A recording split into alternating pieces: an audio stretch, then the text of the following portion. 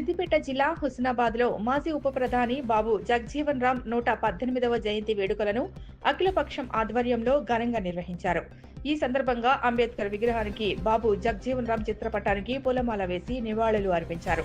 స్వాతంత్ర ఉద్యమంలో, రాజ్యాంగ నిర్మాణంలో డాక్టర్ బిఆర్ అంబేద్కర్ కు కుడిభుజంలా ఉండి బడుగు బలహీన వర్గాల అభివృద్ధికి కృషి చేసిన గొప్ప వ్యక్తి బాబు జగ్జీవన్ రామ్ అని జిల్లా గ్రంథాలయ చైర్మన్ కేడెం లింగమూర్తి అన్నారు. భారతదేశ మొదటి ప్రధాన జవహర్లాల్ నెహ్రూ మంత్రివర్గంలో ఉండి ఇందిరాగాంధీ ప్రధానిగా చేసిన సమయం వరకు భారత రాజకీయాల్లో ప్రముఖ పాత్ర పోషించారన్నారు. బడుగు బలహీన వర్గాలకు ఆయన చేసిన కృషి ఎనలేనిదని కొనియాడారు. అభివృద్ధి అనేది ముఖ్యం కదా. ఇవాళ హుస్నాబాద్ మరి ఈ ప్రాంతం ఎంత అభివృద్ధి అవుతున్నది. 70 ఏళ్ళు వెనుకబడిపోయింది. పథకాలు లేదు, పథకాలు వచ్చిన టైంకు అవి కట్టలేదు. 430 కోట్లతో పనులు నడుస్తున్నాయి. తర్వాత ఇంజనీరింగ్ కాలేజ్ వచ్చింది, సంస్కృత కాలేజ్ వస్తూ ఉంది, మెడికల్ కాలేజ్ వస్తూ ఉంది. వారిని ఎవరు చేస్తారు? పనిగల వ్యక్తిని మనం గెలిపించుకున్నాం కాబట్టి, ఆయన ఎమ్మెల్యే అయింది కాబట్టి మొన్న ప్రోగ్రాంగా కష్టం మంత్రి అయ్యిండు. దాన్ని ఫాలో అవుతున్నాయి. ఎమ్మెల్యే అయితే ఒక మంత్రి దగ్గర పోయి ముఖ్యమంత్రి దగ్గర పోవాలంటే 20 రోజులు పడుతుంది.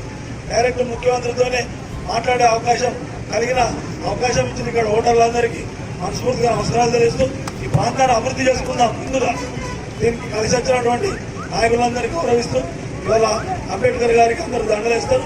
ఈ నెల 14 నాడు అంబేద్కర్ గారి పుట్టినరోజు ఉంటుంది. ఈ నెల 11 నాడు జ్యోతిరావు పూలే పుట్టినరోజు ఉంటుంది. ఇవాళ బాబు జగ్జీవన్ రామ్ గారి పుట్టినరోజు. భారత స్వాతంత్ర ఉద్యమంలో అంబేద్కర్ కు సలహాదారుగా కుడిభుజంగా పనిచేసి భారత రాజ్యాంగంలో కూడా ఒక అద్భుతమైన పాత్ర వహించి 31 సంవత్సరాలు కేంద్ర మంత్రి నుండి ఆనాటి నెహ్రూ నుంచి మళ్ళా ఇందిరాగాంధీ దాకా 1980 జూలైలో చనిపోయాడు. 72 సంవత్సరాలు జీవితకాలం పోరాటం చేసిన జగ్జీవన్ రామ్ గారు కూడా ఈ దేశానికి అక్కడి వర్గాలకు చాలా గొప్ప నాయకుడు అని తెలియజేస్తూ, కానీ అతను తర్వాత 2-3 మాట్లాడతారు. ముఖ్యంగా మన దేశాన్ని అధోగతి పాలు చేస్తారు. ఎల్ఐసీని నాశనం చేశారు, రైల్వే స్టేషన్లను నాశనం చేశారు.